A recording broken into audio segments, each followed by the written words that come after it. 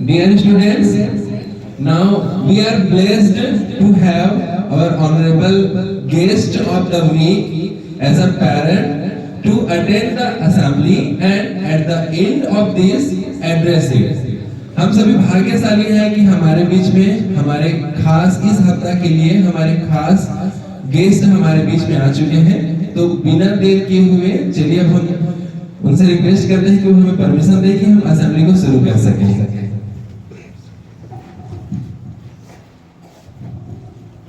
लेकिन मैं हमारे गेस्ट का स्वागत बुके से करना चाहूंगा पूरे स्कूल, क्योंकि एक स्कूल जो होता है वो एक गार्डन की तरह होता है। तो मुझे लगता है कि अगर हम किसी को वेलकम करना चाहते हैं तो फ्लावर्स के साथ वेलकम करना सबसे ज्यादा अच्छा होता है, क्योंकि वो हैप्पीनेस और पॉजिटिविटी का इंडिकेशन होता है। So please welcome our guest with the bouquet. Everybody give a big round of applause.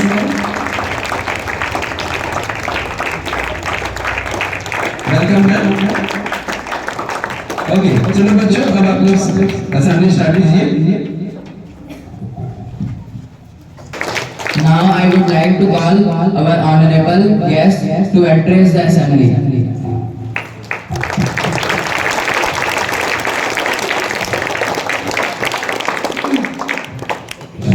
Hello friends, देखिए मेरे पास पहली बार ऐसा हुआ है कि मैं बच्चों के सामने कुछ बोल रही हूँ तो थोड़ा नर्वस हूँ, तो कुछ गड़बड़ होगा तो आप लोग माफ कर देंगे।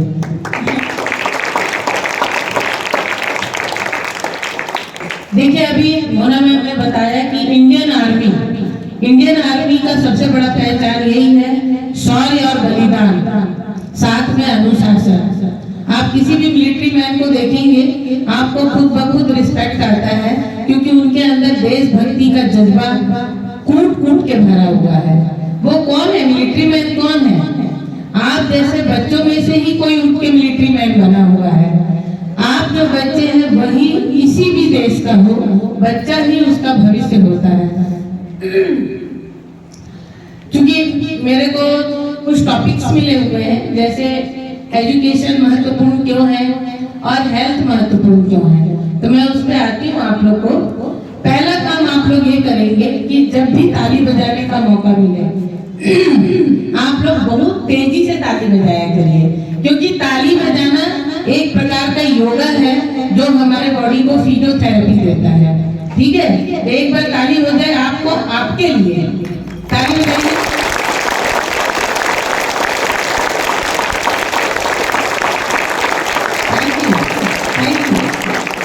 सबसे पहले मैं स्कूल के प्रबंधन को धन्यवाद दूंगी, मैम लोगों को धन्यवाद दूंगी। बहुत अच्छे से आप लोग स्कूल का कार्य कर रहे हैं और अपने बच्चों को आगे बढ़ाने के लिए नए कोशिश कर रहे हैं और आप लोग अपने कोशिश में सफल भी हैं। मैंने देखा असेंबली में सारे बच्चे बहुत ही डिसिप्लिन से खड़े थे और बच्चों में उत्साह। जो बच्चे यहाँ खड़े हैं उनको भी धन्यवाद दूंगी कि बच्चे बहुत अच्छे ढंग से चीजों को सिखाने का कोशिश कर रहे हैं, बताने का कोशिश कर रहे हैं, जिससे हम आप लोगों का चारों तरफ से चहुओर विकास, जिसको बोलते हैं सर्वांगीण विकास, वो आपका आपके टीचर लोग लगातार कर रहे हैं। उसके लिए बहुत बहुत धन्यवाद। बच्चों मैं आपसे एक ही चीज कहना चाहती हूँ, मैं एक डॉक्टर प्रोफेशन बाई प्रोफेशन है डॉक्टर, और डॉक्टर बनना मेरा कोई बाई चॉइस नहीं था, मेरा पैशन था। मैं डॉक्टर बनना ही चाहती थी, ये चीज मैं क्लास 3 से डिसाइड की थी कि मेरे को डॉक्टर बनना है। एनी हाउ उस समय 1970s में मेरा बर्थ हुआ था। 70s 80s में एजुकेशन को उतना महत्व नहीं दिया जाता था, या इतनी सारी सुविधाएं भी नहीं थी एजुकेशन की, कि कोचिंग है कि गूगल है या कुछ भी नहीं था। इसलिए थोड़ा लेट मेरे एजुकेशन हुआ, बट मेरा एक डेस्टिनी सेट था। आप लोगों को भी अपना एक लक्ष्य सेट करके रखना है कि मेरे को अपने जीवन में करना क्या है, क्योंकि जब तक आप अपना एक पैथवे नहीं बनाते हैं, रास्ता नहीं बनाते हैं, तो फिर आप डगमगा सकते हैं। तो हर बच्चों से मेरा एक ही गुजारिश रहेगा कि आप अपना एक लक्ष्य बना के रखें। तो मेरा भी लक्ष्य था कि मेरे को डॉक्टर बनना था, बट मेरे लाइफ में बहुत सारी प्रॉब्लम आई, क्योंकि मेरी शादी जल्दी हो गई। तो पढ़ाई से थोड़ा सा, शादी होने से थोड़ा डिस्ट्रैक्ट होते हैं, लेकिन फिर भी मैंने बना के रखा था। मैं बीएससी करी, फिर एमए करी। एमए प्रीवियस में थी, 2 बार उस समय पीएमटी दिया जाता था, पीएमटी कवर नहीं हो पाया मेरा। फिर मैंने बीएमएस किया। एमए प्रीवियस करते हुए मैंने बीएमएस का फॉर्म भरा और बीएमएस फर्स्ट ईयर में मेरा एमए फाइनल क्लियर हुआ। और उसका नतीजा ये है कि आज मैं रतनपुर में पिछले 25 साल से सेवा दे रही हूँ चिकित्सा में, और उसका मुझे बहुत ही घमंड है, गर्व है कि रतनपुर जैसे के लोगों ने मुझे अपनाया।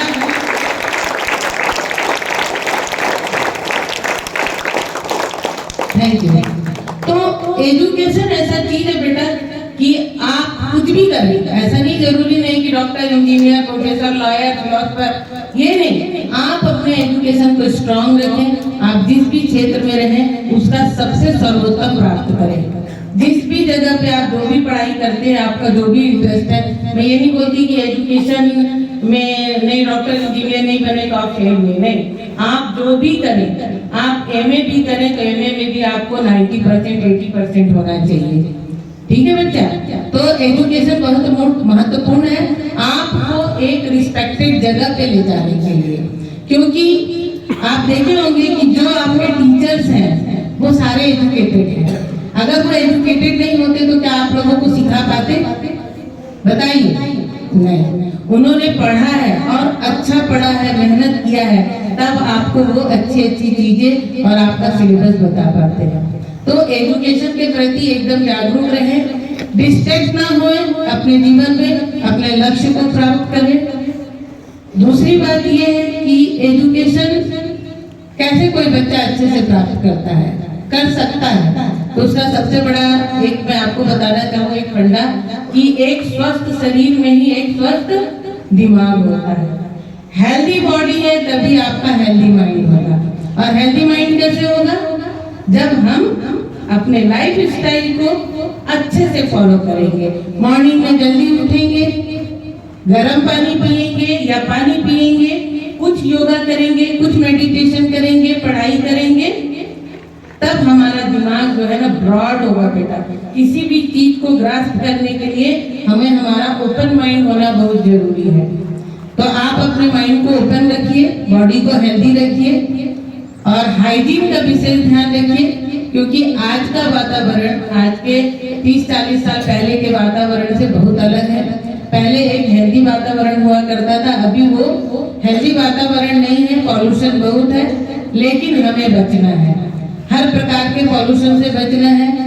जैसे पानी का पॉल्यूशन, हमेशा ध्यान रखिए कि आप साफ सुथरे जगह का पानी पिए। वॉशरूम जाते हैं तो आप ध्यान दें कि वो साफ सुथरा होना चाहिए। नहीं है तो आप खुद कोशिश करिए, वहाँ पानी डालिए, पानी की व्यवस्था करिए और उसमें तभी आप वॉशरूम यूज करिए। लड़के हो या लड़कियाँ, दोनों को मैं बताना चाहूंगी कि आप लोग ज्यादा टाइम तक अपने यूरिन को रोके नहीं। जब भी आपको यूरिन लगता है आप कहीं भी व्यवस्था करें और यूरिन पास आउट करें, क्योंकि बहुत बड़ी बीमारी का जड़ है यूरिन को रोकना। मैं स्पष्ट तौर पे कहना चाहूंगी, आप लोग बच्चे हैं और आप लोग को ये सब जानना जरूरी है। ठीक है?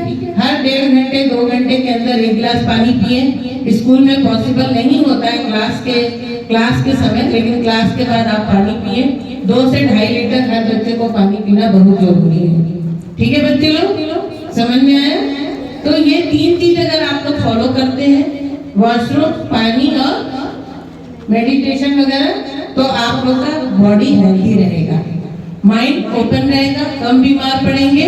और एक चीज और सब बच्चों को बोलना चाहूंगी मैं, सुबह उठते हैं तो 10 मिनट तक या 5 मिनट तक आप लोग लंबी लंबी सांस लिया करिए। कैसे लिया करिए उसको मैं बताऊंगी आप लोग को। नाक से आपको सांस लेना है और मुंह से छोड़ना है। ऐसा कम से कम 10 से 12 करिए, आपका ऑक्सीजन लेवल मेंटेन रहेगा। ठीक है? तो मेरा बस इतना ही है बताना, ज्यादा समय नहीं लेती, बच्चे काफी टाइम से खड़े हैं। Thank you so much.